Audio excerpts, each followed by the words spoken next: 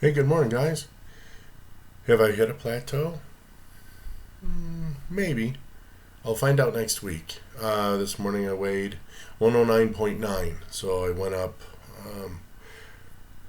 What was I? 109, 1, 2, or 3. So maybe I went up a pound.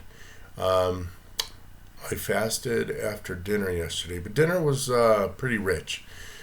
It was Salisbury steaks, and I ate one portion of pasta, but the sauce is quite rich. It has flour and an egg, and of course the meat itself has some bread in it. So I did have a little extra carbs and probably some extra salt. But I'll find out next week. If next week I hit 107 somewhere, then no, this was just a glitch. So these things happen. So again, you just roll through it and you keep doing what you're doing till the next week. If you find the next week, if I find next week I'm still at 109, maybe 108, yeah, I think it's time to start adding in more and more exercise. I'm not sedentary. I walk quite a bit. But I'll have to actually make it a point to walk before I eat, okay?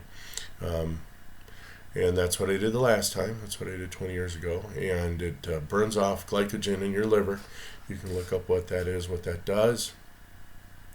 And the very first things you eat are kind of forced back to make that store of glycogen back in your liver first. And then you'll go ahead and process the rest for whatever you need for your metabolic rate. So again, I'm losing weight, so I'm automatically not lumbering around an extra.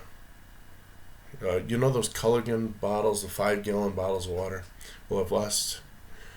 Quick math here. I've probably lost about 60 to 70% of that. So I'm not carrying around an extra 3 to 4 gallons of water. Like literally, so the exercise that I do is not quite as efficacious because I'm not carrying around the weight. So again, as your weight goes down, the actual weight loss that you get for the same activity will also diminish. So when those curves meet, you hit plateau, and then you actually have to kind of go above and beyond. And then once you hit, you can just live how you were living. If you're happy at 220 or 200 pounds or whatever it is, I'm happy anywhere between 200 and 220. I'm perfectly fun with that. My weight in the Coast Guard when I went in was, I believe, 183 pounds. So, I guess if you add 30 years to that, because that was 30 years ago, the requirements, the body changes from 20 to 50. So anyway, we're still at it. We're going to hit it and find out next week if I need to add or subtract, multiply or divide, do whatever the heck I'm doing to not only take in a certain amount of nutrition and nutrients and calories, but also am I burning those off on the other end. So you guys have a good week, and we'll talk again soon. Bye.